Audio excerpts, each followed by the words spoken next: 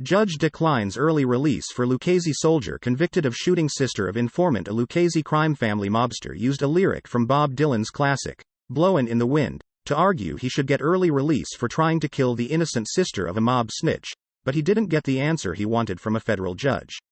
Michael, Baldy Mike, Spinelli, 69, will have to wait until 2026 before he gets out of federal prison for the brutal 1992 attempted murder, after Brooklyn federal judge Raymond Dearie called his request for compassionate release a non-negotiable number. Spinelli contended that his host of health problems made him eligible for compassionate release and that he's a fully rehabilitated man who practices yoga and teaches it to his fellow inmates. He quoted the Nobel Prize-winning rock icon in his January filing to the judge, adding a notation in case the jurist didn't recognize the lyric. "I would further submit to the court for consideration, how many roads must a man walk down before you call him a man? The answer, my friend, is blowin' in the wind." See Robert Zimmerman, a.k.a. Bob Dylan, circa 1962. Spinelli already caught a break during the COVID-19 pandemic, when Dearie trimmed 2 years off his 295-month sentence and let him spend about 4 months under house arrest at his sister's home as the virus spread through the prison system. He returned to the can in August 2020, and this past January, he asked Dearie to spring him for good under the First Step Act, a criminal justice reform bill that gives judges more sentencing discretion that got bipartisan support in Congress and was signed by then-President Donald Trump in 2018. Dearie refused his request on Monday, citing the horrendous nature of his crime.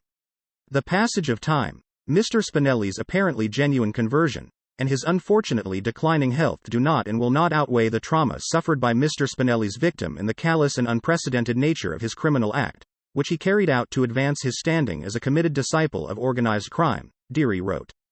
Spinelli took orders from Lucchese soldier Peter Chiodo, who ran his own crew. But in 1990, Chiodo was arrested by the feds and released on bail. That he was put back on the streets led Chiodo's fellow mobsters to think he turned snitch.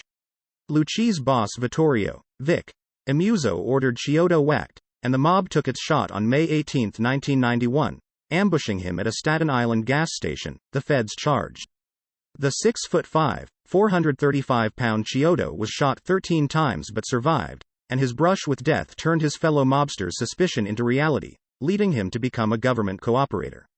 Ignoring mafia code not to target relatives, Emuzzo turned his sights on Chiodo's sister Patricia Capozzalo, the mother of 3 young children, who had no role in organized crime.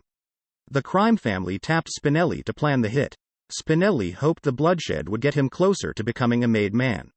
He assembled a team and stalked Capozzalo for weeks, deciding that their best chance to kill her was after she dropped her children off at school in the morning, the feds said.